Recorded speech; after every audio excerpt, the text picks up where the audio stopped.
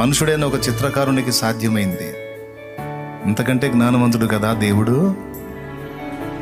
సైతానుగాడు నీ జీవితాన్ని ఎంత చిన్నాభిన్నం చేసి గందరగోళం చేసినా, చక్కని ఒక ఆకృతిలో ఉన్న నీ జీవితాన్ని, నీ కుటుంబాన్ని, నీ సంసారాన్ని, నీ జీవితాన్ని చిన్నాభిన్నం చేసి వాడు అయిపోయింది నీ పని అని అంటాడు.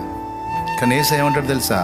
ఆహా, అట్ట గీతలు గీశాడా వాడు, నువ్వేం భయపడవాకు, అందులో నుంచి నేను ఇంకొక షేపు తీసుకొస్తా,